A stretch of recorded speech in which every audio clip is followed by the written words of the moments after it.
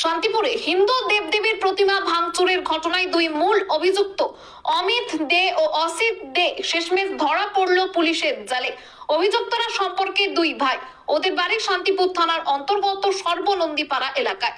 দিন কয়েক আগে রাতের অন্ধকারে সর্বনন্দীপাড়া এলাকায় লোকনাথ মন্দির সংলগ্ন একটি মৃৎ শিল্পের কারখানায় তৈরি করে রাখা একাধিক দেবদেবীর মূর্তি ভাঙা হয়। সিসিটিভিতে ধরা পড়ে দুই ভাইয়ের সেই ন্যাক্কারজনক কাজের দৃশ্য। কোন মূর্তি দুমে মুচড়ে ফেলা হয়, কোন মূর্তি আবার মাটিতে থেতলে দেওয়া হয়। এই ঘটনা সামনে আসতেই গোটা দেশ জুড়ে নিন্দার ঝড় ওঠে। এবার সেই ঘটনা তদন্তে নেমে 5 দিন পর দুই মূল অভিযুক্তকে গ্রেপ্তার করলো পুলিশ। আজ অভিযুক্তদের রানাঘাট আদালতে তোলা হয়। পুলিশের হাতে ধরা পড়তেই দুই অভিযুক্ত কি বলছে শুনুন বিস্তারিত। তোমরা কি করছো?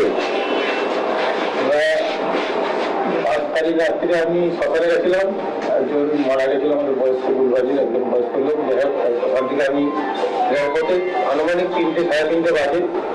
তখন আমাদের লোকাল নদীর সামনে পলাশ দাস, বাবার নাম জয়ন্ত দাস। তো ওনারা ওখানে বহুদিন ধরে ঠাকুর তৈরি করেন আমাদের ক্লাবের মাঠেই। তো ওনার সঙ্গে ওই পলাশ দাসের সঙ্গে দুটো বন্ধু ছিল, ওদের পাহাড়ি বন্ধু। ওরাও মদ খেয়েছিল, আমিও মদ খেয়েছিলাম। এবার কথা কাটাকাটি হয়, কথা কাটাকাটি হতে আমি বাড়ি চলে যাই। যে এবার 3জন ছিল, আমি বাড়ি চলে যাওয়ার পরে ভাইকে ডেকে দেয়, না ভাই দেখ এখন কি সিনেমারি হচ্ছে মা বাবার নামে।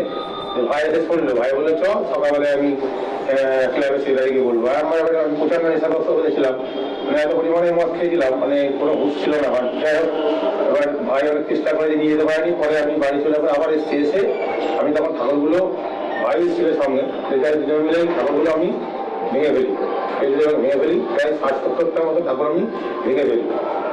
আমি বাঙালি হয়ে এবং হিন্দু হয়ে সনাতন ধর্মের ছেলে হয়ে যে আমি কাজটা করি, সত্যি মানে খুবই অন্যায় এবং মানে বড় পাপ কাজ। এরকম কাজ আমি আর ভবিষ্যতে করবো না।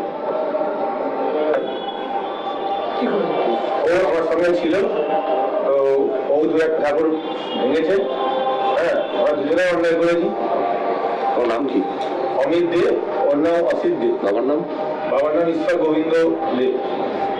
বাড়ি চৌধুরী বললেন, শান্তিপুর নদিয়া, লোকনাথ মন্দির।